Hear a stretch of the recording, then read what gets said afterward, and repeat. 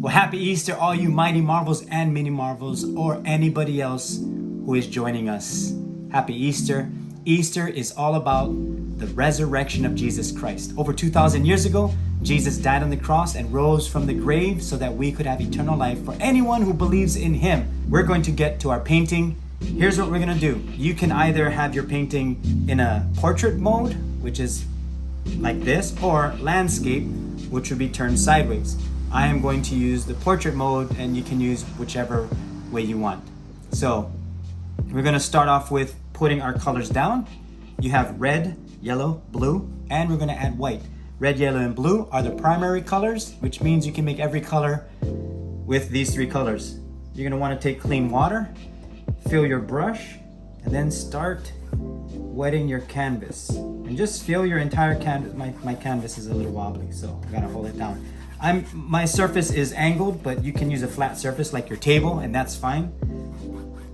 And by the way, I am Sheldon Laxina. I am the lead pastor at New Hope here in Hilo. We have not gathered yet, but we're in the process of doing so.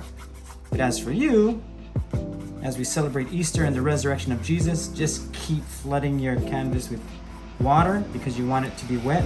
But you don't want to put too much water on it where it's too watery. You just want enough so that your paint can flow on it. Okay, once you get that done, make sure you have some type of cleaning rag or paper napkin, that's fine. But you want to take the yellow first, and I dipped some water in it so that I can smooth it out on the canvas. Take your yellow, and you're going to make your horizon, which means you're going to separate the land from the sky.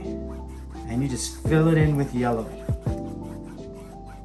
That's okay if there are some white areas, and I'm using an angle so that it adds a little bit more creativity, texture, and a little bit more of an interesting feel to the landscape, because this is your background, this is your foreground. If I go too fast, you can always pause and catch up. Then you're also going to do the sky, and you're going to separate the sky from the land with a white strip, and you're gonna blend it. So don't go too high because you're gonna put blue there, but just keep blending it. You can even wipe off your brush. I'll wipe it off just to clean off the paint. That way, as I blend it, it's going to fade to where it's very light. You see that? Just very light, because that's where the sun is rising. So you want it to be very light there, then it gets darker up here. Same thing up here. You don't want to blend too high because that's where the blue is going to be. You can, again, clean your brush and then just keep blending it so that it's blended well and you have the nice white there. Once you have that set, I want you to mix a little bit of red, some yellow, and a little bit of blue. And now you're going to make brown. That's how you get your brown. And then you're going to add a lot of white. This brown, almost to where it's like tan looking, because you're going to add a mountain here in the background. You're just going to paint it like that. Now in Israel, you have a lot of mountain ranges, a lot of mountain areas. So that's going to be your background mountain, okay? And then you're going to add more red and blue, not so much white. In fact, you can wash off that white and wipe it off on your rag. And add red, yellow, a lot of red and yellow, and then blue. And you want this to be a very dark brown. Bring in some more yellow. You want this to be a dark brown, and you're going to paint the foreground mountain. And I'm just using a broad stroke going straight down. You can use angles if you want your mountain to look different. I'm making mine like this. And then I'm going to go with the land. You see how the land curves? And then just touch up on the bottom like this. And you can smash your brush into the canvas, because then it adds like little rocks. And then you just follow the landscape like that. And you just add your rocks on the bottom. You can add a little bit more blue on the bottom to make it a little darker. Then blend that in with the brown. And then just pull it. That way it adds to the landscape. And over here is going to be a little dark. Add a little bit of white to add some texture to that mountain. Pull it across sideways to show some of those markings on the mountain in the background. There, that's your background. Wash off your brush. You're gonna bring in the blue. So you wanna wash off your brush really well. And that's just regular water. Clean it off. A little bit of blue. And then you're gonna hit the corner with blue. Just a little bit. Now you're gonna add a lot of white because you want it to be a lighter color, blue. Once you get that blue, you can make it as light as dark as you want it, but just a little lighter than that. And you're just gonna fill this in. Grab a little bit of that blue so that you can have some texture in there. Once you hit the yellow, don't go back up to the blue, just stay there. And that's it. That's all you want to do. Rinse off your brush. Rinse it off pretty well. Wipe it. Grab some of that brown. A little bit of white. Use some of that brown. Grab some white and you're going to paint some clouds. Just like this. And pull it. Let it follow the landscape, that angle, because you want it to be interesting. You want to look good. Grab a little bit more, just like that. You can even put some back there. A little bit more red if you want. Just like that. You don't want to go in front of this mountain or that mountain because these clouds are way in the background. Grab some white and then highlight these with that white because the sun is rising. See what I just did there? The sun is rising. So you highlight with that white. So the sun is right there. It's going to be rising right there. Rinse it off. We're going to do the foreground. Yellow and blue make, you're right, makes green. I'm going to pull this right here. This is going to be your foreground hill. You color that in and just blend it.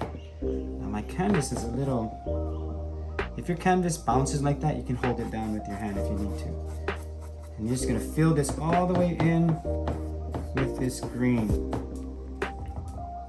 Blend some more, and even if it's a different color green, some dark, some light, that's okay, because you're gonna add texture.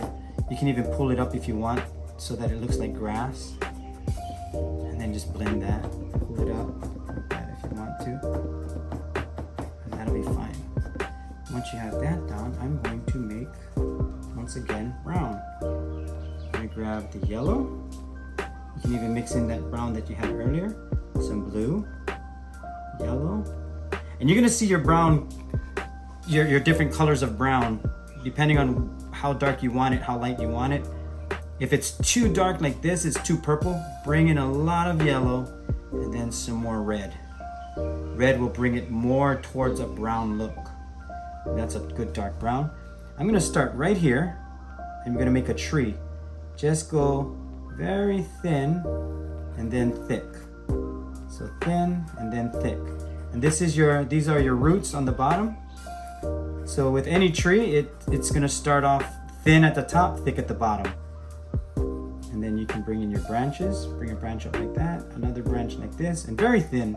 You can even add branches here. Just make sure you're thin. And how you make it thin is you push your brush down like that. You flatten your brush, and now your brush is flat. And that way you can use the tip of your brush to make a very thin branch. And just like that.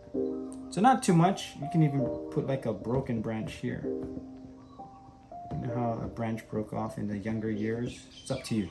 Whatever you want it to look like, clean your brush. Clean it really good because you're gonna make green for the leaves. Yellow and blue make green. Yeah, however dark, however light, it's up to you. And then you're just gonna dab the leaves. And although it seems like you're rushing it, you're really not. You wanna make sure you're looking at the overall look of your tree. You wanna keep the spaces in between. You don't wanna just make a circle, because a tree doesn't have a specific shape to it. All trees are all different shapes. So you wanna have a good look to it.